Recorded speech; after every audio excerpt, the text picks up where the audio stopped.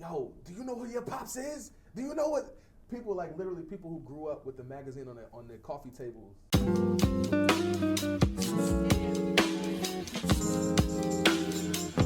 Yep. Thank you for tuning into Conversations with Greatness on American Legacy XL. I'm your host, JP Reynolds, and today I'm at the world famous Sylvia's restaurant in Harlem, New York, and I'm going to be talking to American Legacy founder and publisher Rodney J. Reynolds. I'm still meeting those people who are now social entrepreneurs and people who are artists and content creators and culture influencers and those types of things. Right. They encountered American Legacy, and in a lot of ways, that was a part of their environment that built into them this passion and excitement to create things for our culture. Yep. How you doing? I'm doing great. Good. This is your creation, and we're excited to have you on Conversations with Greatness. Well, thank you for having me. I'm glad to be here.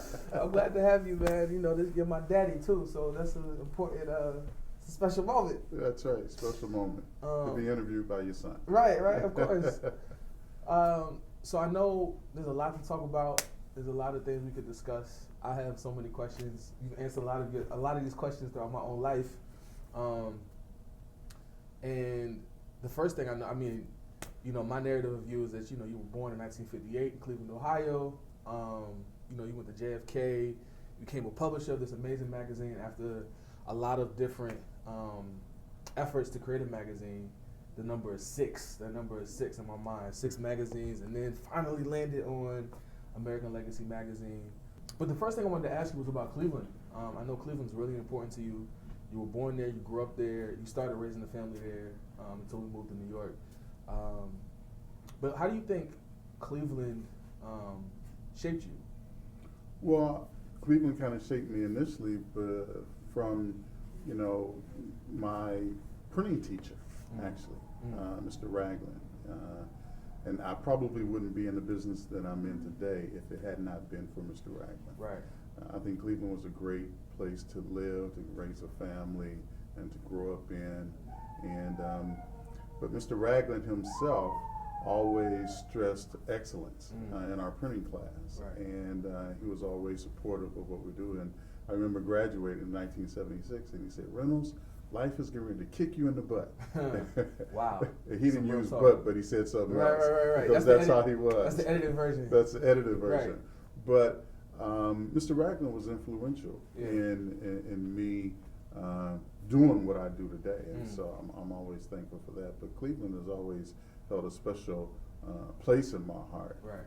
The people there, my mother is still there, my sister is there, other family members there. So I'm always have fond memories of growing up and living in Cleveland and different sides. I grew up in the Glenville neighborhood and eventually moved to the Lee Harvard area. Right. Yeah. So Mr. Ragland, that was at John F. Kennedy. That was at John F. Kennedy High School. The Eagles, right? The Eagles, Fighting Eagles. The Fighting Eagles.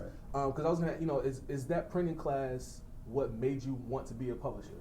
That printing class is what made me want to be a publisher. So what happened in the class that was like, yo, what was the spark? What was like, this is what I'm trying to do? What was it? What was that spark? Well, just being able to create initially, and then once you create it, then actually see it come to realization by printing it. Right. And so when I started off in printing, we were setting type and actually, by hand. Yeah. And then, the printing industry now has evolved, and now it's evolved again into digital. Right. So I was going to ask you about that. I guess we'll just go with the natural flow of conversation, just with the technology, because, you went from JFK, you ended up going to the University of Cincinnati, right? And what did you major in there? You were advertising and marketing. Advertising and marketing, right? Yeah. And the technology has shifted so much from when you first had the printing class with Mr. Ragland. Yeah, to when I worked at a printing company in Cincinnati, Aero Blue, I think was the name of it. Right. And I was a cameraman.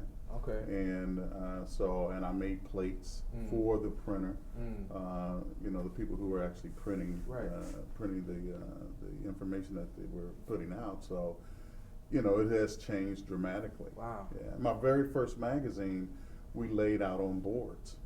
Yeah. And then once we, as it would evolve, you look at, when we were printing American Legacy, we did everything on a disc. Right. You know, so Right. it went from boards, pasting up every page, Right. to the art director creating it and putting it right on a disc. And now everything's on phones and That's right.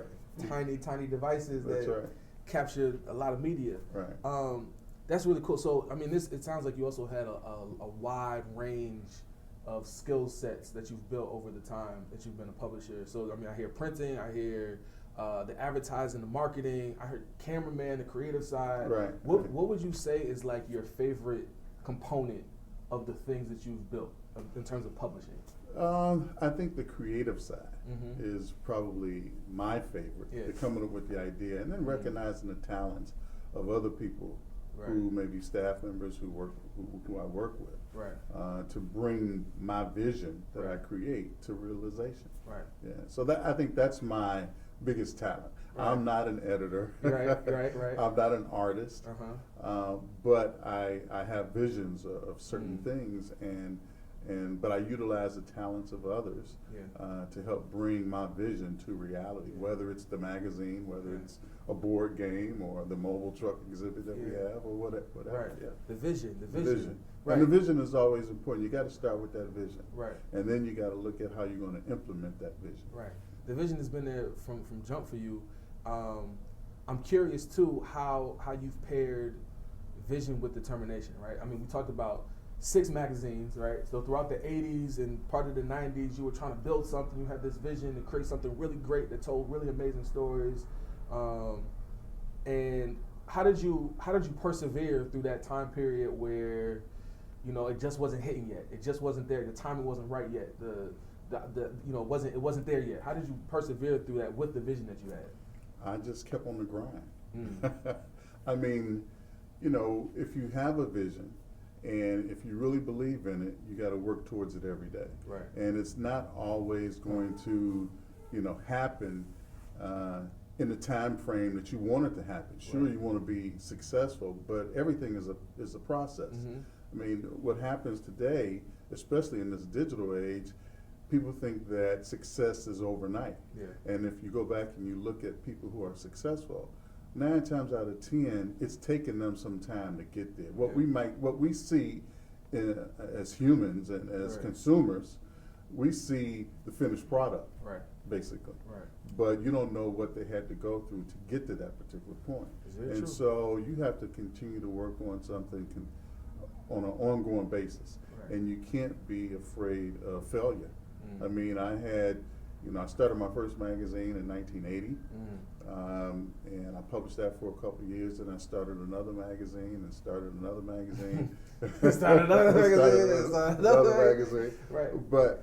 But the thing is to keep working towards your dream, you know, and have a passion. And that's when I talk to young people today, I talk to them about, you know, having a passion, having a dream, and working towards that passion and dream. Right. Because if you don't have a passion and you don't have a dream, then, you know, you're almost starting from square one, so to speak. Yeah. Right. Wow. So you had the vision, you had the determination, persevered through failings and failures, and then comes the 90s where something hits, right? With American Legacy magazine. Right. In 1995, when we launched it. Yeah. Launched in 1995.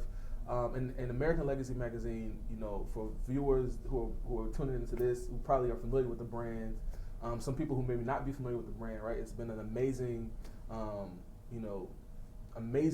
opportunity to showcase African American history and culture. And it had a long successful run as a magazine in print. Right. From 95 through 2008, right? 2011. 2011. Yeah. Right. So basically 16 years. 16 years, which is amazing. That's amazing, right? Yeah. And it's still here, just in a different form. Well, the brand is still here. The brand is still here in a different form. And that shows you the power of the brand. Right. You know, we haven't printed a magazine since the end of 2011. Right.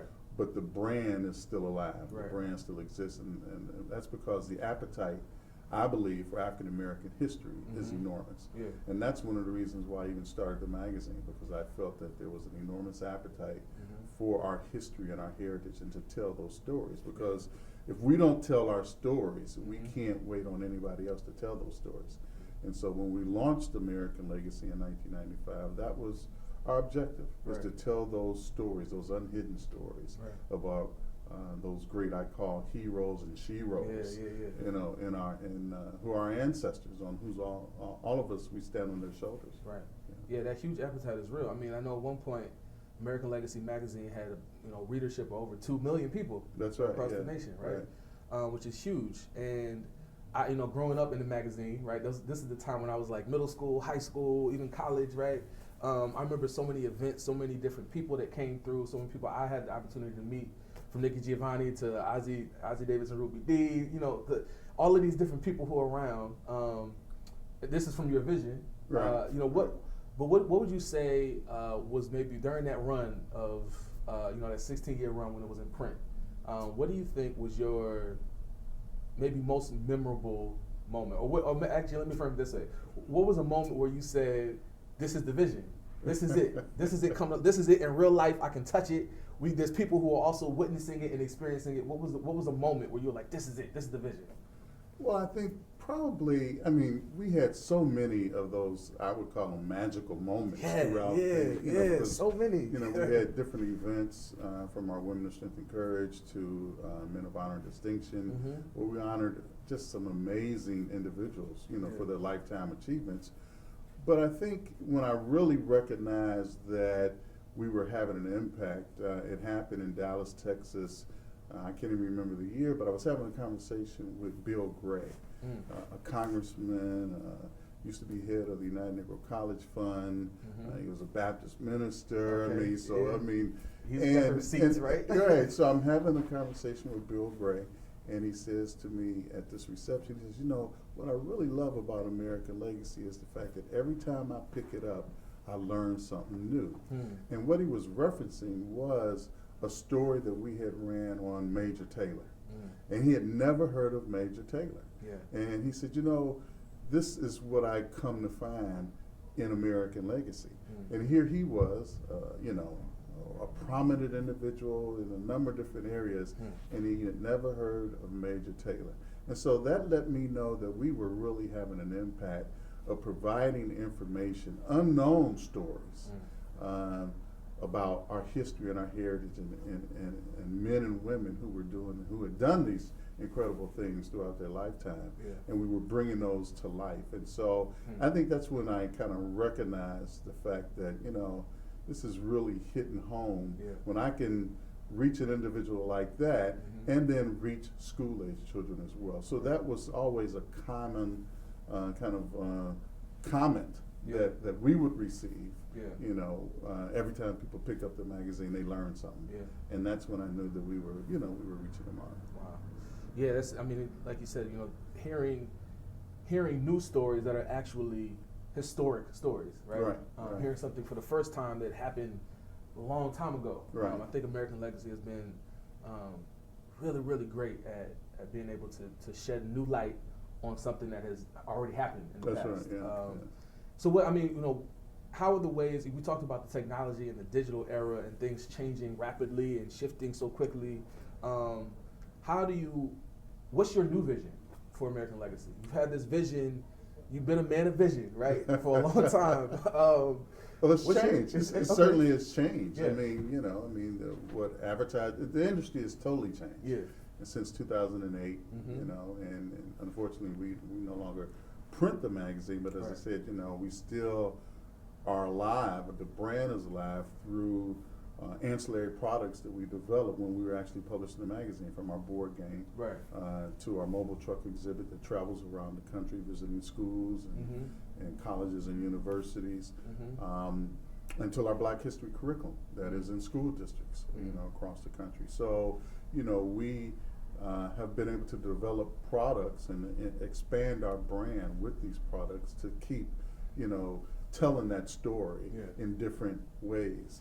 I always heard Tim Reed would say, it's like a pig, you can cut up a pig or a hog and you can get all kinds of things from it. So we're repurposing a lot of that material that we created with the print edition, but making it viable for today to reach today's market. And so our vision now is to continue to do what we're doing from that standpoint and creating content, taking that, our archives and creating content. I always say that sometimes I could take a story that we ran in 1995 and reprint it today or put it out today, and people will look at it as new material. Right. So there's a whole different demographic of people who are experiencing that for the first time. That's right, and that's what we want to do. We want to reach, millennials, with our brand, and, and because they need to know the history. Yeah, it's true. That's one thing that you hear all the time is that, we don't know our history. Yeah. And as I said earlier, we have to tell our story. Right. And so we have to be in control of the images that we distribute out into our community. Right. Yeah. I know there's been a lot of push, a lot of vision, a lot of repurposing, as you said, through mediums like social media, through like the app, the app market, with Netflix, the Netflix types. Right. Right. And I'm looking forward to seeing how things kind of build out and how people find new ways to consume history. Yes. That's always been an interesting thing about American Legacy as well as a brand, because normally when people have magazines or they have brands where they produce stories, it'll be current stories. Right. So I'm also curious too. Why history? Why did you select history as the thing that you went with? I did that, and I would like to take credit for it, but I really attribute to me even looking at one of the first magazines I developed was called Renaissance magazine. It was a historical perspective of Cleveland, Ohio. But I got into history because one of my fraternity brothers, Kappa Alpha Psi Fraternity Incorporated, Howard Drake, he majored in African American studies in college. And most of us were, business majors, marketing, etc. And I always wondered why Howard was majoring in African American studies. But then it dawned on me that he was really learning about himself. He was learning about his ancestors. And so when I was looking to develop a magazine, I centered on African American history and culture as the focus for Renaissance, and then which eventually grew into American Legacy magazine. Right. That's pretty powerful, right? Yeah. I mean, so I attribute me going into developing a history-oriented brand. To Howard Drake, actually, as an African American history, major. Right. So that's really powerful to kind of cite. Learning about the history is learning about yourself. Yes. And you've provided this opportunity for countless people to learn their history, engage in their history in a creative way. That's not necessarily in a school, but in a magazine and in different products and experiences. We experience that through when people play our board game. When people go to our mobile truck exhibit and look at the images. They could be kindergartners, they could be 90 years old. You see the light come on. The light bulb comes on. When they see the images that we have on our mobile truck exhibit, our curriculum, into school districts, and so that's very exciting to see how we were able to distribute this information, even though it's now no longer in a printed form as a magazine. We're still able to utilize our archives and distribute that information out into the community and make it impactful. It's amazing that you've been able to provide that for other folks. I'm curious, what is a thing or what are things that you've learned about yourself through providing history and kind of focusing on history as a brand? Well, I think one of the major things is persistence. For me, because you got to keep knocking, so to speak.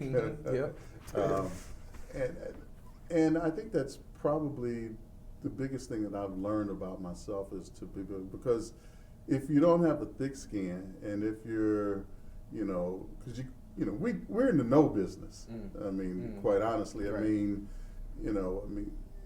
I used to tell my sales reps all the time that, if we received an ad for everybody that we called on, the magazine would have been this thick. Right. You know? Right. It would have been a book every time. It would have been a book every Right. time. Huh. You know, but we're in the no business, so you got to be able to take no's, Mm-hmm. and you got to be able to take the successes with the failures, Yeah. or the failures with the successes. Right.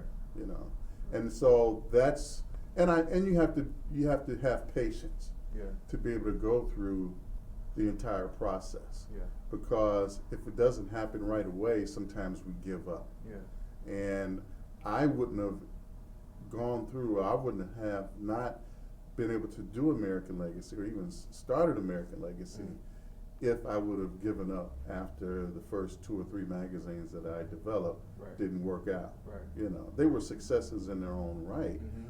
but there was something else there, and I kept grinding, as Right. the terminology of today. Yeah. I kept grinding, Right. and eventually got there with American Legacy. Yeah. So when you talk about the future, my Mhm. future vision, Mm-hmm.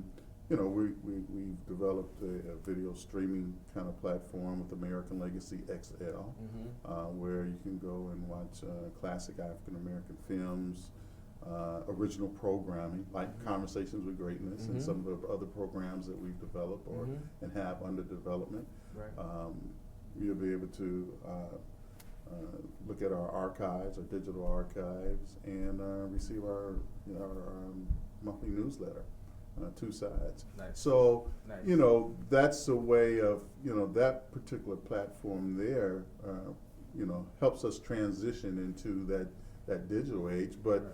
on the horizon, I would certainly like to see the development of an actual, you know, American Legacy Black History television network. Right. You know, I mean, I get calls and I get inquiries all the time about, you know, why don't we have a Black History channel? And so that's something that I think that's on the horizon. I mean, we certainly have seen the development of feature films Yeah, from absolutely. our archives. I mean, we wrote a story Uh-huh. in 1995 about the Great Debaters, Mhm. and in 2005 it became a feature film, Right. produced by Denzel Washington and Oprah Winfrey, The Great Debaters. Right. That was taken from, you know, our archives. Right. And so we have a number of scripts under development now for docudramas or Right. feature films Right. from our archives. And Yeah. so I think sky's the limit. Yeah. I'm sort of re-energized. Yeah, I you see that. I see that. I know. In this digital age, when I Right. should be looking to retire. Yeah, some news coming up. You know, Some news coming up. what the digital media space has done Mhm. is to. I'm still excited about being involved in this business. Yeah. You know, I came in when the dinosaur age, basically, and Yeah. now I'm here. You're still in flying with the birds. That's what I'm flying So- with the birds now. Yeah, so I mean, and persistence is key, right? As you Right. said, this is the no business, and you know, you're with the persistence that you've had and what you've been able to build, you're joining the ranks of the people that you tell stories about now, right? Right, In terms right. of, you know, having persistence to make it through the no's and make it through, you know, people just not saying yes. Yeah. One of the things that is really important, especially right now as we're going into the new era with the new president in this country, is this focus on history. Mhm. So it's incredibly important.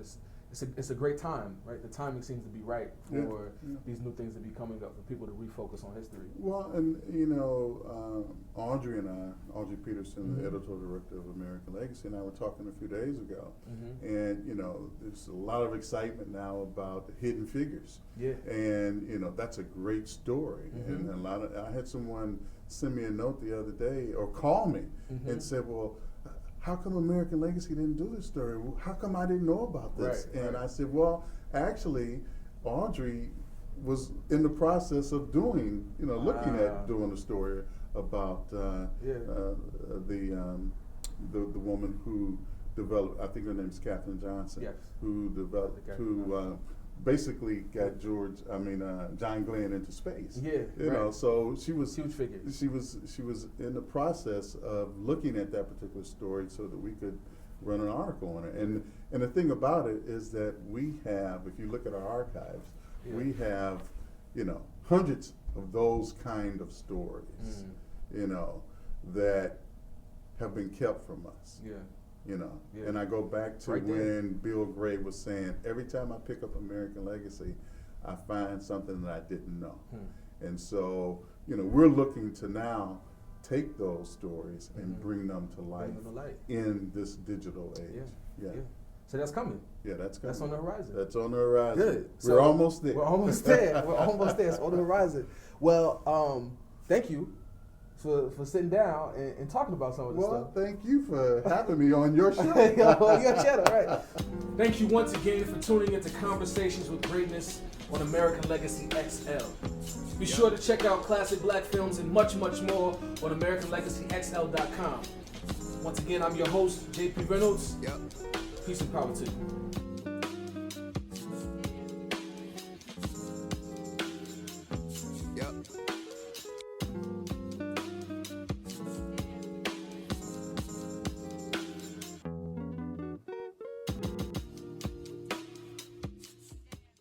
XL.